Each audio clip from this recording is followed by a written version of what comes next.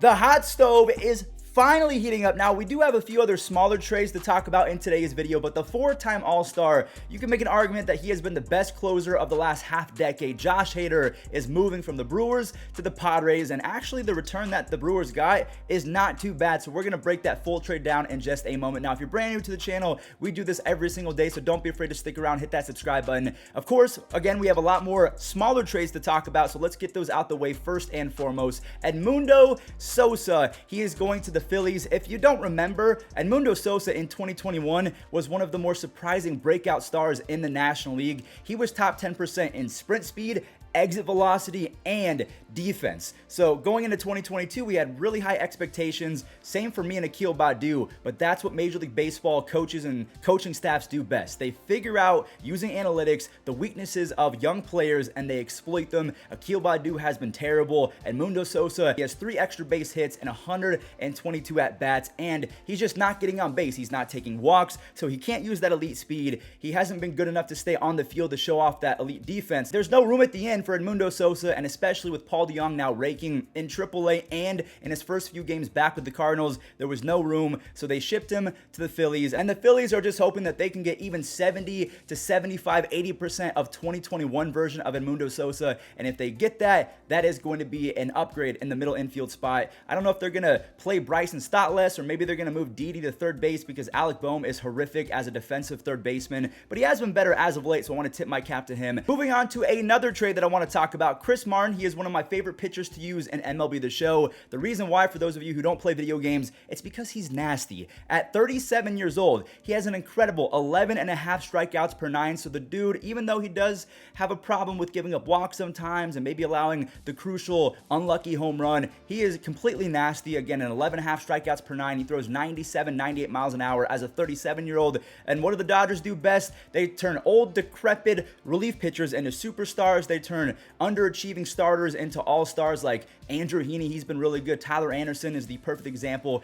Chris Martin going to the Dodgers, that is going to be a lethal combination in my opinion. Now, this next trade, I love this one. I thought that David Peralta was going to go to the Braves, but David Peralta, formerly on the Diamondbacks, I think they call him the freight train. He is an extra base machine. Now, maybe he was helped out by the massive outfield in Chase Field, but regardless, he has 12 home runs and an almost 120 OPS plus on the year. The Rays have been torched by injuries. They traded away Austin Meadows, and then they called up Josh Lowe. Josh Lowe has not been very good this year, although I would actually argue that he's been better as of late. Even a lot of Rays fans were thinking, why did we just send down Josh Lowe and trade for David Peralta? We should have just let Lowe progress and get better as the season progressed, like J-Rod and Bobby Witt Jr. Like, you're a rookie, it takes time. But the Rays said, we don't have time. We need production now, and we want to get healthy at the same time. So David Peralta, he is going to the Tampa Bay Rays. Now, if you're noticing, I'm not talking about the return for any of these teams because none of the players really affect any of these teams, maybe aside from, I think his name is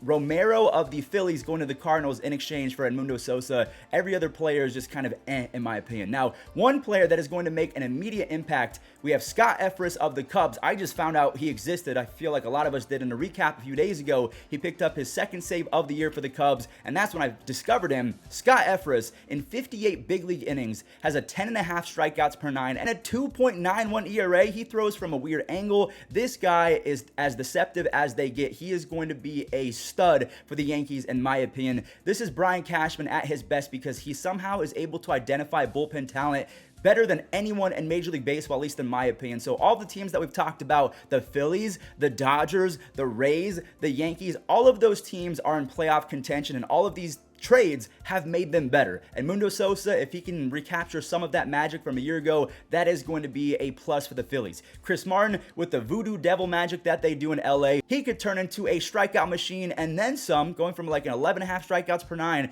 to a 12.5, almost 13. I mean, that's how good they are at developing pitchers, especially at his age. Scott Effross, that was a big time trade because Clay Holmes, I don't know if it's because his arm is fatigued because he's not used to pitching this amount of innings, and not just innings, high leverage innings where it really matters. He blew a few saves. And speaking of blowing saves recently, it's been kind of the similar story for Josh Hader and Taylor Rogers, and they were just traded for each other. So without further ado, the biggest trade of the hot stove so far, at least in my opinion, unless my phone goes off and Juan Soto goes to the White Sox or something crazy, this is probably going to be the trade that, I mean, Luis Castillo, actually, I'm going to give it to Luis Castillo because him on the Mariners makes them a legitimate playoff contender in my opinion. But Josh Hader for Taylor Rogers, it's kind of a 1-for-1, but not really, so let me break it down. So the full trade is Josh Hader to the San Diego Padres in exchange for 3 different players. I'll talk about them individually. First and foremost, we have Dinelson Lamet, who in 2020 was one of my favorite breakout stars of the season. He had an insane 12.1 strikeouts per 9 and a 2.09 ERA as a starting pitcher. He reminded me a lot, this might date myself because this happened a while ago, well not really, but Danny Salazar. I thought that Dinelson Lamet was going to be Danny Salazar 2.0, but a healthy version.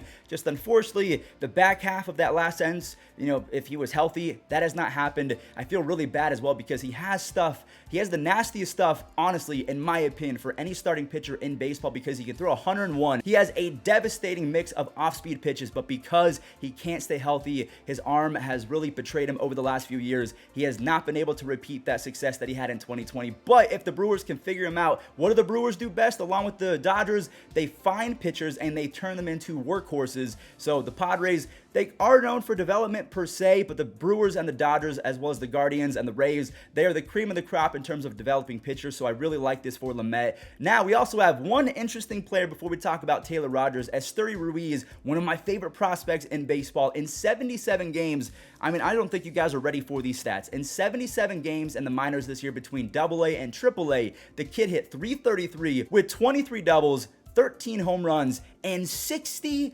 stolen bases. He got on base 47% of the time. I really think that this kid has a chance to be special, but because the Padres have Jake Cronenworth, they have Ha-Seong Kim, they have Fernando Tatis Jr. coming back, they're trying to keep all of their big dog super prospects, CJ Abrams, they have James Wood, they're trying to keep all of those guys for a Juan Soto trade. So the Brewers getting Estuery Perez on top of Dinelson Lamet and Taylor Rogers, that is the cherry on top. This kid, you can't really find that sort of extra base power and that speed in one package. So they could get a true superstar in the next few years because they identified Willie Adames, they identified Luis Urias. I think that Estuery can be special in the next few years for the Brewers. And obviously, last but not least, for the return package to Milwaukee, Taylor Rogers, a lefty arm for a lefty arm. He was ultra impressive to begin the year. He still has 28 saves on the year and a 2.35 FIP, which is really good. But over the last 3+ weeks, he has imploded. Okay, let's talk about it. Over his last 9 games, he has a 9.5 ERA, which is not good at all. But if we look at Josh Hader's stats, Josh Hader was the most unstoppable force in baseball up until about 3 weeks ago, the same kind of time frame that Taylor Rogers has been imploding. And you have Josh Hader giving up 13 earned runs in his last 8 innings. So the thing is, you're going to have stretches of baseball as a relief pitcher where you just can't find the zone, or because you only pitch an inning or 2 at a time, the ERA is going to skyrocket because you give up a 2-run home run or a 3-run home run after walking someone, or your defense commits an error. Now, I know the error doesn't affect the ERA because it's an unearned run, but still, it's going to add up over time. So that's why I think that the Brewers got a fantastic return for Josh Hader. Getting Taylor Rogers, who has been nasty, I think that he's going to be better as a setup role for Devin Williams. They are giving the keys to Devin Williams, so they still have Williams. They can try and fix Dinelson Lamet, and he can be a fantastic long reliever, or if they fit him in as a 5-6 starter, that would be a productive use of his talents as well. And Ruiz, I told you the stats. He's hitting for average, he can hit for power, he can drive to the gap, he can steal 60 bases in 77 games,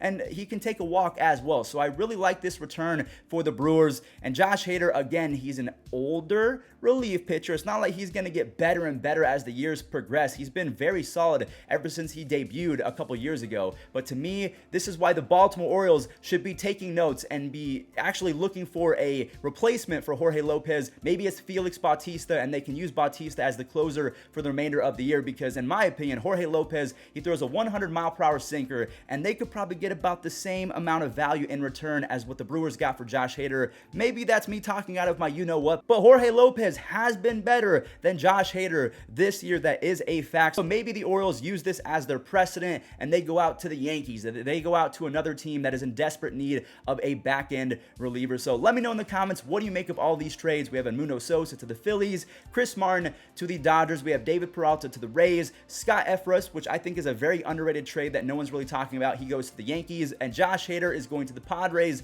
in return for Dinelson, Lamet, Estuery, Perez, and Mr. Taylor Rogers, a lefty for a lefty. So the era is officially over for Josh Hader in Milwaukee. I think that Brewers fans, they're feeling very upset right now because they love this guy. He's been so dependable for quite some time, unless he was facing Freddie Freeman. But Devin Williams has been a rock star. He won the Rookie of the Year. He wasn't the best the following season, but this year he has been absolutely nailed. So I don't think this is the worst trade in the world. I think that both teams can benefit from this in the long run. What does this mean for the Padres? They are going for it. They feel like they have the team to be in 2022 with Fernando Tatis coming back. I like them. Maybe they go for Juan Soto. I think that they are saving all of their pieces. They're doing everything that they can to get Juan Soto in that lineup for the next 2.5 years when they can maybe win 2, maybe 3 chips. It's going to be tough because there are a lot of elite teams in baseball right now, but they are setting themselves up pretty nice. So thank you all so much for watching, and a special thanks to Joey. I met him yesterday at the little fan meetup that I did along with my friends in San Jose. I did it with Red Bull, so that was a lot of fun. It was very humbling. So thank you for this, your Don Alvarez card. I really appreciate it.